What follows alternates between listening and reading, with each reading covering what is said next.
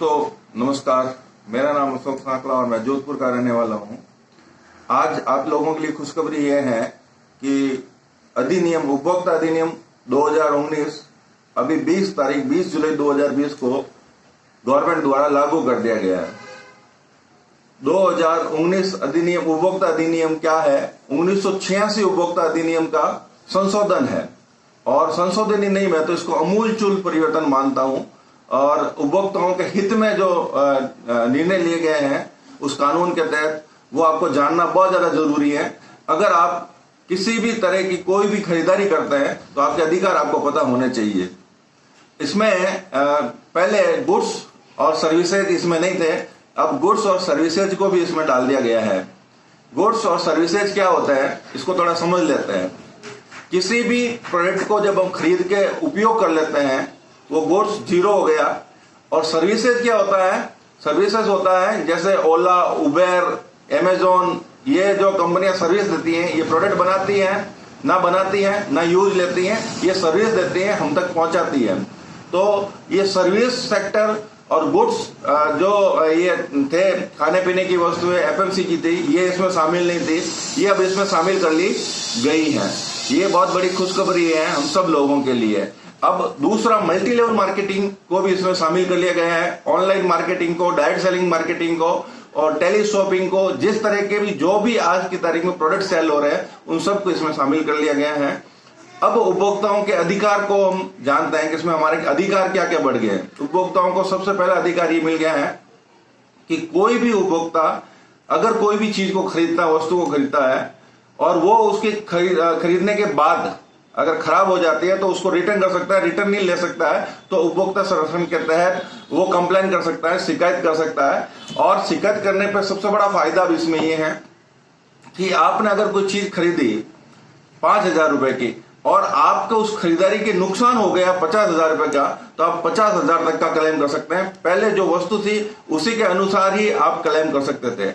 अब दूसरा आ गया, कोई भी व्यक्ति, कोई भी कंपनी किसी भी उपभोक्ताओं को बाध्य नहीं कर सकती किसी चीज को खरीदने के लिए, इसके साथ ये चीज खरीदनी पड़ेगी।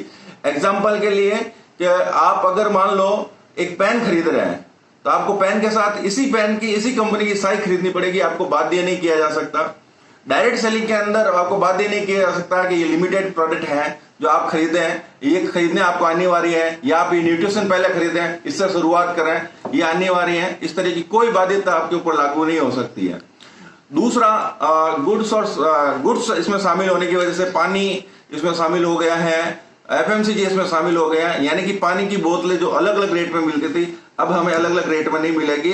रेट के ऊपर भी एक पाबंदी आ गई है कि सेम प्रोडक्ट है और सेम इंग्रेडिएंट्स हैं तो वो एक ही रेट में बिकेंगे, उसके अंदर रेट ऊपर नीचे नहीं हो सकती कि भाई बड़े मॉल में बिक रही है तो उसकी रेट 200 रुपये हो गई और वही अगर बाहर किराने की दुकान पे बिक रही है तो 100 रुपये में बिकेगी। ऐसा नहीं हो सकता। 100 रुपये रेट है तो मॉल में भी वो 100 रुपये में मिलेगी।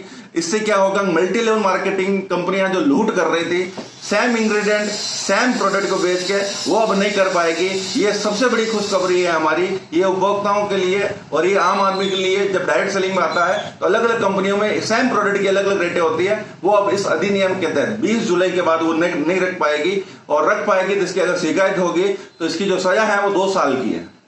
दोबारा शिकायत हुई तो 7 साल की सजा है और 20 लाख तक का जुर्माना है।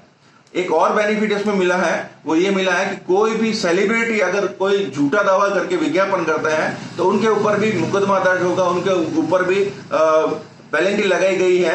पहली बार 5 लाख की, दूसरी बार 20 लाख की और 2 साल तक की सजा उसमें भी दी गई है। यानी कि अब भ्रमित करने वाले विज्ञापन, जैसे वो ये क्रीम लगाने से आप गोरे हो जाओगे, ये पाउडर खाने से आप पतले हो जाओगे, मोटे हो जाओगे, ये खाने से ये हो जाएगा, ये खाने से ये हो जाएगा, ये इस तरह के विज्ञापन आप इतिहास बन जाएंगे, आपको देखने को कहीं टीवी पे मिलेंगे नहीं है। ऐसे बहुत सारे अधिकार इसमें दिए गए हैं।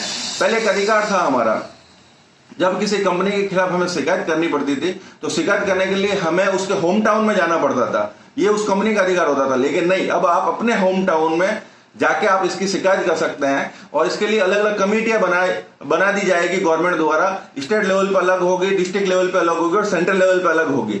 और उसके अलावा भी इसके ऊपर निगरानी रखने के लिए, जैसे बैंक के ऊपर निगरानी रखती है आरबीआई, इसके ऊपर निगरानी रखने के लिए भी गवर्नमेंट कमेटी बना देगी। जो आप अगर शिकायत नहीं भी करेंगे और कुछ गड़बड़ चल रही है, किसी कंपनी की गड़बड़ चल रही है, किसी प्रोडक्ट की गड़बड़ चल रही है, तो वो डायरेक्ट वो जो कमेटी बनाई जाएगी वो खुद भी निगाहें रख सकती हैं और वो खुद भी उसके ऊपर कोई तरह की कार्रवाई कर सकती हैं। ऐसे ढेरों बेनिफिट, बहुत बड़ी खुशखबरी है दोस्तों।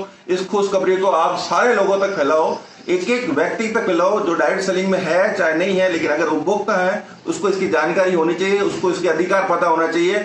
इस वीडियो को ज्यादा से ज्यादा लोगों तक शेयर कर दें ताकि ये जानकारी जल्दी से जल्दी हर आम से आम व्यक्ति तक पहुंच जाए। आप लोगों का बहुत बहुत धन्यवाद जो आपने इस वीडियो को देखा। शेयर कीजिए, लाइक कीजिए और कमेंट कीजिए। जय हिंद, जय भारत।